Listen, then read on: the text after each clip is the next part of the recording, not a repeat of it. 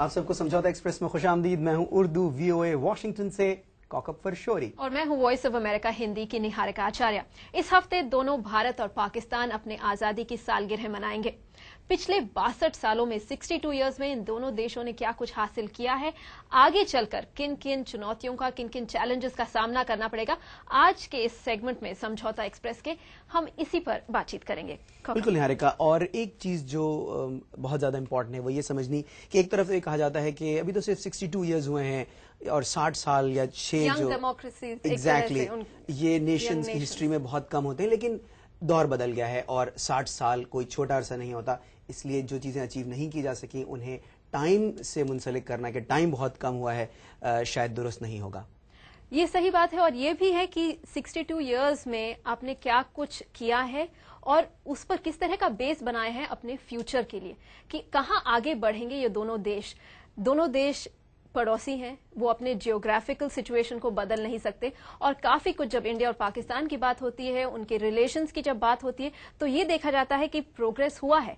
दोनों देशों ने एक जगह से शुरुआत की इंडिपेंडेंस के बाद, लेकिन जिस तरह का प्रोग्रेस हुआ है वो अलग रहा है दोनों देशों में और जो प्रॉब्लम्स हैं वो आज भी वहीं पर हैं, सुलझी नहीं बहुत ज्यादा सिमिलर हैं। और ये भी निहारिका एक इम्पॉर्टेंट चीज की तरफ आपने हिंट किया कि हम इस वक्त कहाँ हैं, इससे ज़्यादा इम्पॉर्टेंट ये देखना है कि हमारी डायरेक्शन क्या है।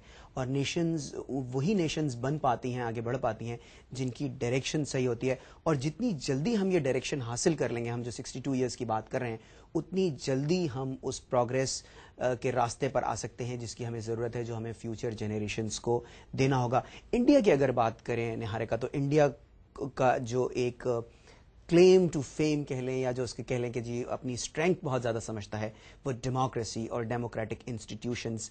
आपके ख्याल में क्या इंडिया वहाँ पहुँच गया है जो 60 साल में उसकी प्रोग्रेस होनी चाहिए थी, या डेमोक्रेसी वाइज उसे और आगे होना चाहिए था? India is the world's largest democracy जो कहते हैं, और आप ये देखिए हर बार जब चुनाव होते हैं, एक फ्री फेयर इलेक्शंस, छोटी मोटी गड़बड़ियां तो हर जगह होती हैं, लेकिन इंडिया में by and large free and fair elections है, डेमोक्रेटिक प्रोसेस बहुत स्ट्रांग है और वो काफी हद तक जानकारों के मुताबिक रीजन है जिसकी वजह से इंडिया आज इस जगह पर पहुंच पाया है जहां पे वर्ल्ड फोरम्स में इंडिया की बात, इंडिया की राय ली जाती है। तो डेमोक्रेसी जो है एक बहुत ही पावरफुल बिल्डिंग ब्लॉक रहा है इंडिया के प्रोग्रेस के लिए। वेरी क्विकली निहारिका, अगर जो हम कुछ कॉन्ट्रडिक्शंस भी हैं, जाहिर है हर सोसाइटी में होती हैं, इंडिया में भी हैं, वो कॉन्ट्रडिक्शंस आपके ख्याल में क्या उन्हें भी डेमोक्रेसी, एजुकेशन यही उसके आंसर्स हैं, या आप समझती हैं कि जो इस वक्त सिस्टम चल रहे हैं उनमें तब्दीलियों की जरूरत है? देखिए, डेमोक्रेसी ऐसे इंडिया में थ्राइव कर रही है, लेकिन हाँ, जैसे सोशल इनइक्विटीज की बात की जाती है, एक डिवाइड है अमीर और गरीब लोगों के बीच, उसका वो जो फासला है उसको कम करना है। तो इंडिया को काफी काम करना है उस पर, लेकिन आप ये कहें कि जैसे मैंने कहा बिल्डिंग ब्लॉक जो है वो बहुत स्ट्रांग बन चुका है। इसलिए अगर हम देखें कि पाकिस्तान कहां पर पहुंचा है अपने इस इंडिपेंडेंस के बाद, तो उसके बारे में आप क्या कहेंगे कि क्योंकि डेमोक्रेसी बहुत ही इंटरमिटेंट रही है, एक एस्टैब्लिश डेमोक्रेसी नहीं है, उसने कितना हर्ट किया है पाकिस्तान के डेवलपमेंट को, प्रोग्रेस को और नेशन बिल्डिंग या फ्यूचर को भी? इसमें तो निहारिका कोई शक नहीं है और ये हिस्टोरिकल फैक्ट है कि पाकिस्तान में डेमोक्रेसी को धचके लगते रहे हैं।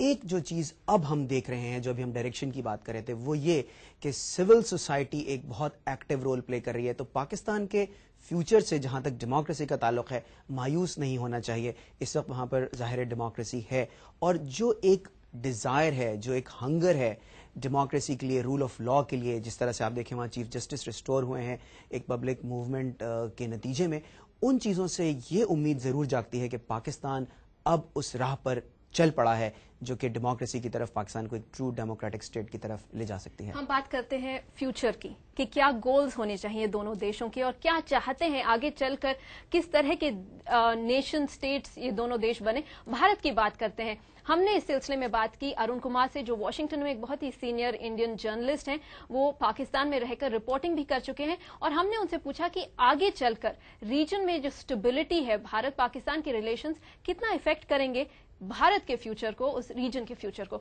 आइए आपको सुनाते हैं उन्होंने क्या कहा। अगर दोनों मुल्क चाहें और उन मसलों को जो हमको तोड़ते हैं उनको अलग एक तरफ बैक बर्नर पर रखकर अगर हम आपस में बात करें तो बहुत कुछ है जिसमें हम कर सकते हैं। पीपल टू पीपल, हमें जैसे बहुत साल पहले मैं पाकिस्तान में काम करता था। तो मुझे अपनी जो स्टोरीज हैं उनको भेजने के लिए जब मैं ईमेल, तब उस ज़माने में ईमेल नहीं होता था, टेलेक्स होता था, तो उसको करने के लिए मेरी स्टोरी जो है सीधी दिल्ली नहीं जाती थी, पहले रोम जाती थी या लंदन जाती थी, वहाँ से दिल्ली पहुँचती थी। तो मतलब ये चीज़ें आम लोगों के लिए, ये चीज़ें बहुत ज़रूरी हैं कि वो आने जाने के लिए उनको पूरी सुविधा मिले, और जब भी जाना चाहें, मिलना चाहें लोगों से, ये सब चीज़ें पीपल टू पीपल कांटेक्ट जो है आम लोगों के लिए वो सबसे ज़्यादा ज़रूरी है। और मुस्तकबिल के हवाले से ही हमने बात की मारूफ पाकिस्तानी स्कॉलर डॉक्टर फारूक हसनात से, जो यहाँ वाशिंगटन के मिडल ईस्ट इंस्टीट्यूट से वाबस्ता हैं। उन्हें अक्सर हमारे शो में देखते भी रहते हैं। आइए सुनते हैं डॉक्टर साहब का क्या कहना है। जी, मुस्तकबिल ऐसे बेहतर हो सकता है कि अगर पाकिस्तान और हिंदुस्तान मिलकर ये तय कर लें कि अब दुनिया तब्दील हो चुकी है और लड़ाई से कुछ भी हासिल नहीं होगा, कशीदगी से कुछ भी हासिल नहीं होगा, और दोनों का अवाम का मफाद है, दोनों में बहुत गुर्बत है इंतहा की, और उसको दूर करना है हमने, और उसके लिए बहुत ज़रूरी हो जाएगा कि फिर ताल्लुकात को बेहतर किया जाए। फ्यूचर की बात जब की जाती है कॉकअप, तो शायद इस बात पर फोकस करना चाहिए कि दोनों देश अगर साथ मिलकर आगे बढ़ें तो प्रोग्रेस वाकई में हो सकता है। ये नहीं सोचना चाहिए कि एक देश की प्रोग्रेस के लिए दूसरे देश को पीछे छोड़ना चाहिए। बिल्कुल निहारिका, और जैसे कि कहते हैं यहाँ पर हम एक्सप्रेशन सुनते हैं कि rising tide lifts all the boats, region एक साथ तरक्की करता है। अमेरिका कनाडा की मिसाल हमारे सामने है, और हम इस उम्मीद के साथ कि अगली बार जब हम इंडिपेंडेंस डे स्पेशल आपके लिए लेकर आएंगे तो उस वक्त दोनों मुल्कों के ताल्लुकात मजीद बेहतर हो चुके होंगे। कॉकअप और निहारिका को आज के समझौता एक्सप्रेस से इजाजत दीजिए।